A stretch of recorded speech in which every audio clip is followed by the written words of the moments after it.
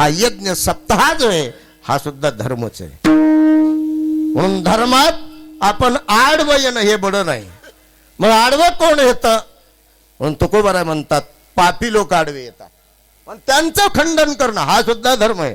धर्माचे पालन पालन धर्माचे पालन धर्माचे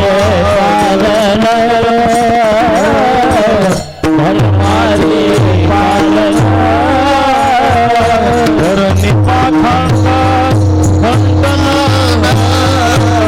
धरणी पाखांड खंडन विद्या करणे विद्या करणे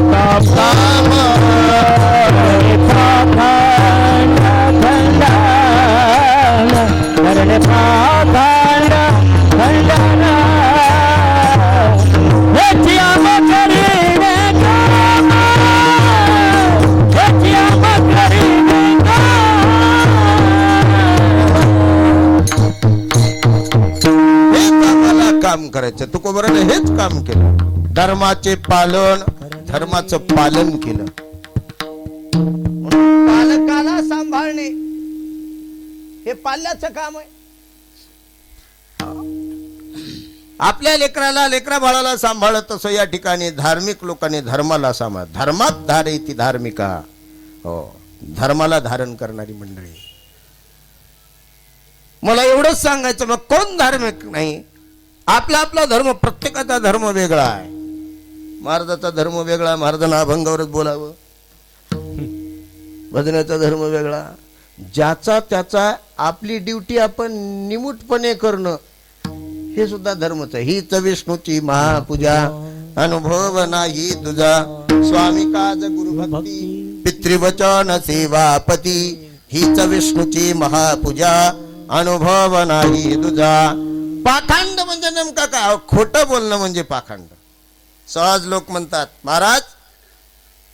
महाराज जर कोणाला आम्हाला त्यानं बोलवलं असेल म्हटले, मात्र तुम्ही काय त्याच्या नागात, तुम्ही महाराज माणसं, तुम्ही त्या कशाला लागता पाखंडी लोकांच्या नादी? पाखंडी म्हणजे खोटारड्या लोकांच्या कशाला नादी लागता? हो, जे खोटं बोलतात आणि खोटं बोलणं, पहिलं खोटं पचवण्याकरता दुसरं खोटं बोलतात, दुसरं खोटं बोला, असं जे सगळं एकत्र होतं ते गठुडं सगळं, त्याला पाखंडी म्हणतात. जे सतत खोटं बोलतात, पदोपदी खोटं बोलतात आणि व्यवहारामध्ये सगळी माणसं खोटे बोलतात. जीवानं खोटं बोललं पाहिजे तर संसार करता येतो. खरं बोलून कुठं संसार होत असतो का? विठाला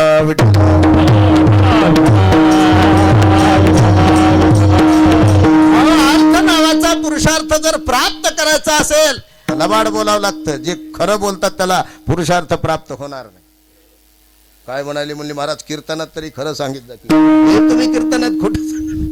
तसं नाही. अर्थ नावाचा पुरुषार्थ चांगल्या मार्गाने सुद्धा कमवता येतो. कमवता येत नाही असं नाही, मात्र ते तितक्या वर जाणार नाही. फार उंच शिखरावर जर कुठंतरी त्याला बटन दाबलेलं असेल. जोडून या धन उत्तम व्यवहार, जोडून या धन उत्तम व्यवहार, जोडून या धन उत्तम व्यवहार, जोडून या धन उत्तम व्यवहार.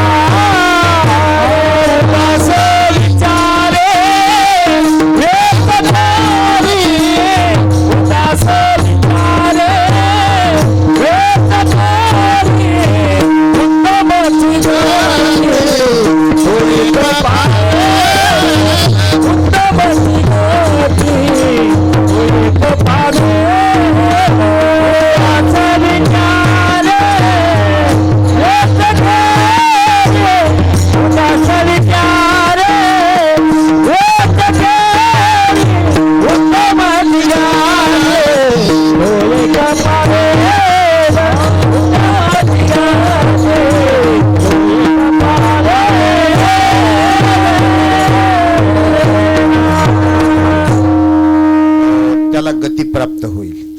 उत्तमची गती तोही कपावेल, उत्तम काम भोगील जीवखाणी योग्य मार्गाने संसार करेल. उदास अवस्थेमध्ये या ठिकाणी अर्थाला प्राप्त केले. मात्र अर्थ प्राप्त करून सुद्धा आपलासा नाही. तुकोबाराने या ठिकाणी भक्ताची लक्षणं सांगत असताना, व्यवहाराची लक्षणं सांगत असताना तुकोबाराय बोलतात, अंतकरणात बोल येण्याचं कारण काय? माणसं जन्माला आले त्यावेळेस स्वच्छ होती आणि ती देवाला आवडत होती. मात्र विकारामुळे पुरुषार्थाच्या प्राप्ती करता त्यांनी पापाचं अनुमोदन केलं. म्हणून पाप निवृत्ती करता भजन करणारा वर्ग आहे. तुम्हाला प्रसंग सांगतो, दुसऱ्याचं नाही, उदाहरण जवळचं सांगतो. त्या काळात आमच्या मारुतराव महाराजासोबत काही माणसं असायची. आता सगळे सारखे नसतात. आणि गुरु घरातली माणसं कीर्तनात झोपलेली असायची. मग काही जवळचे माणसं, महाराज आपण त्याच्या वाड्यात भजन करतो, ते झोपले आले, त्याला शोभतंय का हे? बघ म्हटले, आपण पाप घालण्याकरता भजन करायला. त्याच्या बापदाद्यानं पुण्य केले, त्यांची पुण्याची झोप आहे. म्हणून कोण झोपलं कोण उठलं त्याला आपला अधिकार नाही. आपण आपल्या अधिकारात राहिलं पाहिजे. कोणाचं भजन पापाच्या निवृत्ती करता आणि कोणाचं भजन पुण्याच्या प्राप्ती करता, आणि कोणाचं तुकोबाराचं भजन पुण्या करताय नाही आणि पापा करता. आलो उपकारा. हो, म्हणून मी फक्त उपकारा करता आलेलो आहे. तुका म्हणे आम्ही झालो अग्नी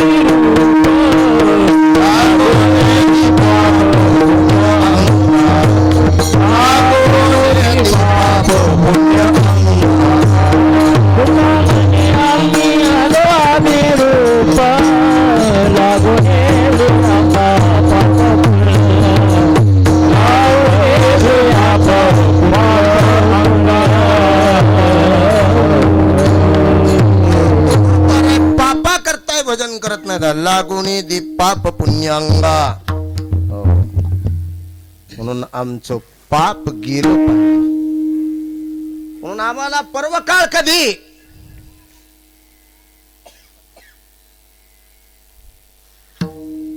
तर अभंगामध्ये सांगतात ते साधला परू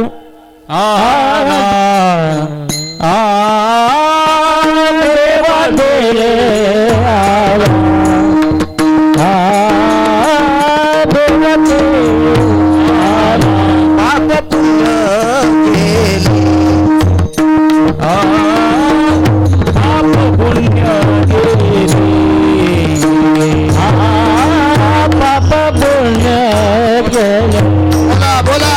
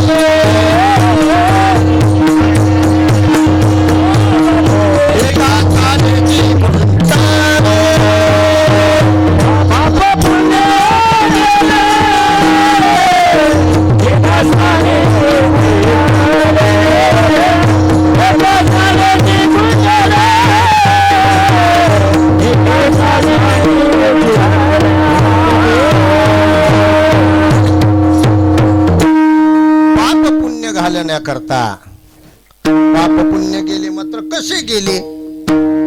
आम्ही मल रहित झालो. मलिन कसे झालो आम्हाला हे सांगा म्हटले.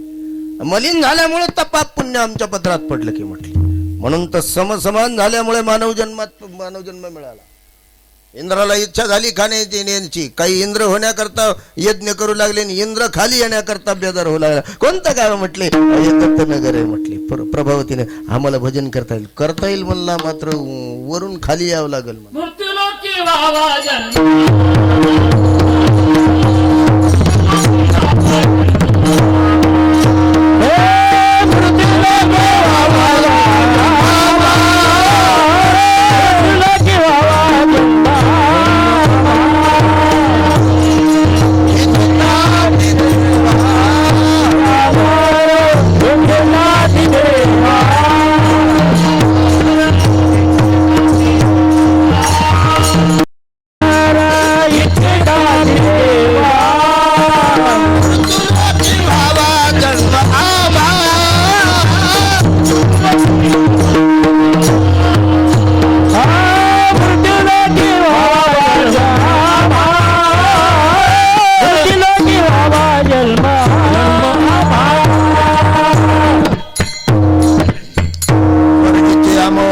इच्छा करतात मात्र जन्म घेता येत नाही.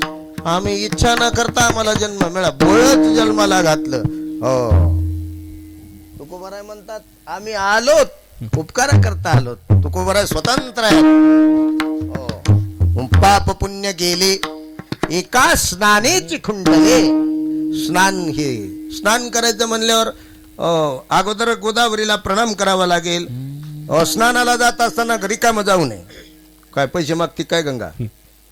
नाही ना, काही बघत नाही. लोटा घेऊन गेला पाहिजे. कशा करता? एक लोटा सब समस्या का. कोणाला पाणी टाकायचं म्हणले? भगवान शंकराला. मग भगवान शंकर प्रसन्न होण्याकरता काय करावं लागेल?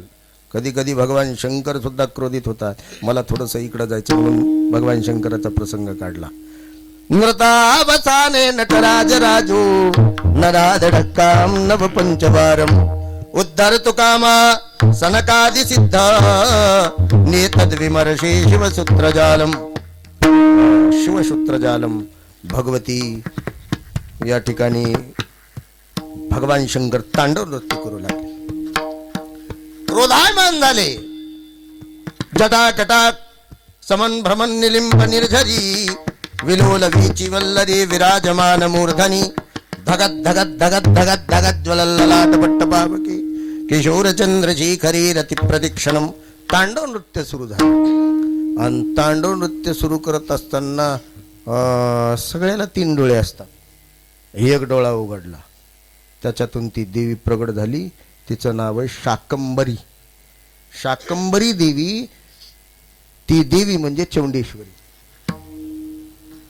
एक पौर्णिमा येते, भगवान शंकराच्या नेत्रातून ज्वालेतून प्रकट झाली. कोण? शाकंबरी. शाक म्हणजे पदार्थ. कोणता पदार्थ? फळ. शाक. शाक म्हणजे भाजी. त्याला एक पौर्णिमा येते बघा. कोणती पौर्णिमा येते? शाकंबरी पौर्णिमा.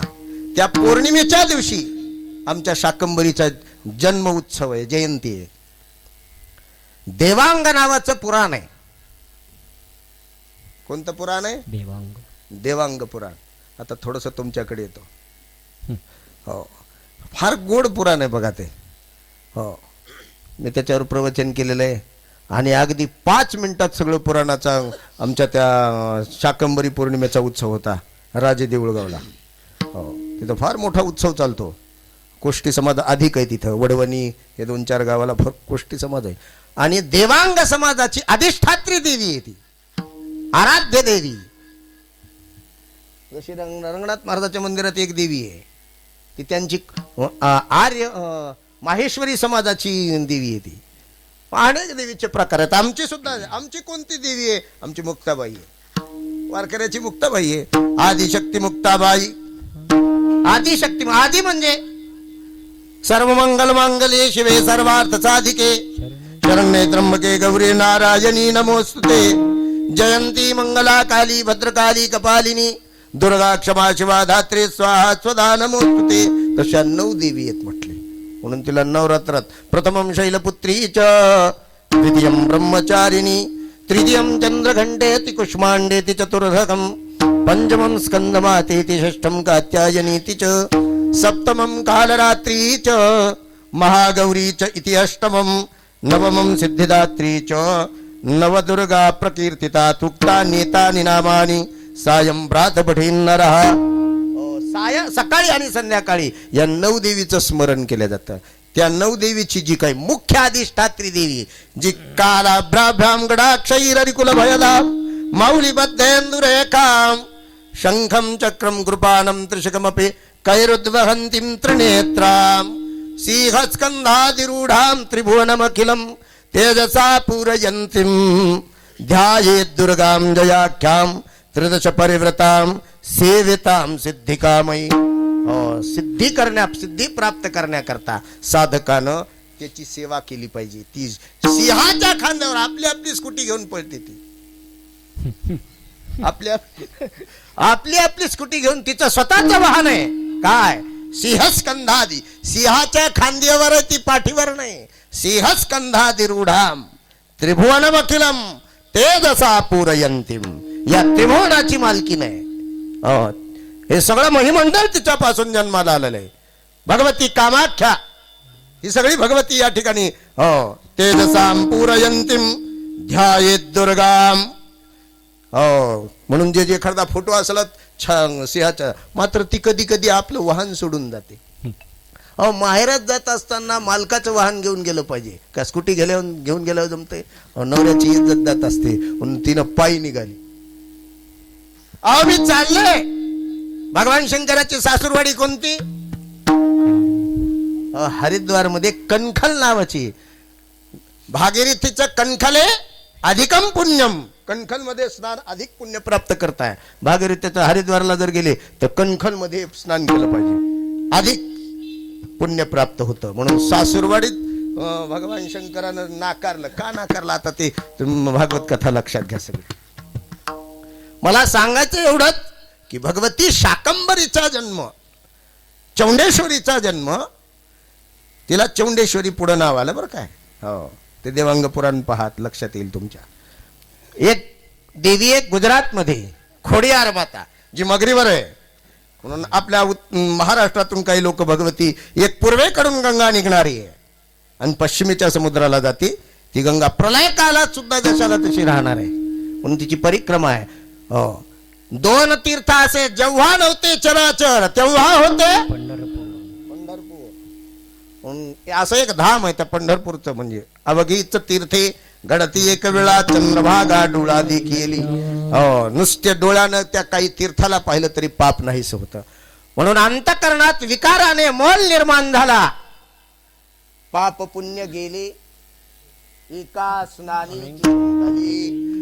मात्र इतर संत वाङ्मय आम्हाला सांगितलं मात्र सत्संग रूपी स्नान या ठिकाणी फार सर्वात श्रेष्ठ सांगितलेलं आहे. पर्वकाळ स्नानाचं महत्व सांगितलं. स्नान कसं करत जावं तर नाभीच्या वर पाणी जर असेल तर पाण्यात प्रवेश करून मकर संक्रांतीच्या दिवशी धागीनत्ता जरी बोल म्हणला 1 तास तरी तो मंत्र ठरतो. जी तुम्ही तुमच्या मुखातून शब्दाचा उच्चारण करसाल रामकृष्ण सिद्ध होतो तो मंत्र. त्याला वाचा सिद्धी म्हणतात. म्हणून वाचा सिद्धी प्राप्त करण्याकरता मकर संक्रांती सारखा पर्व काळ पाहायला पाहिजे आणि या पर्व काळामध्ये साधना केल्या जाते. म्हणून आमच्या अंतकरणातला मळ समाप्त करण्याकरता मत्सर झाला निर्माण. मत्सर द्वेष विकार निर्माण. विकारामुळे कामामुळे काही विकार निर्माण होतात. क्रोधामुळे काही विकार निर्माण होतात.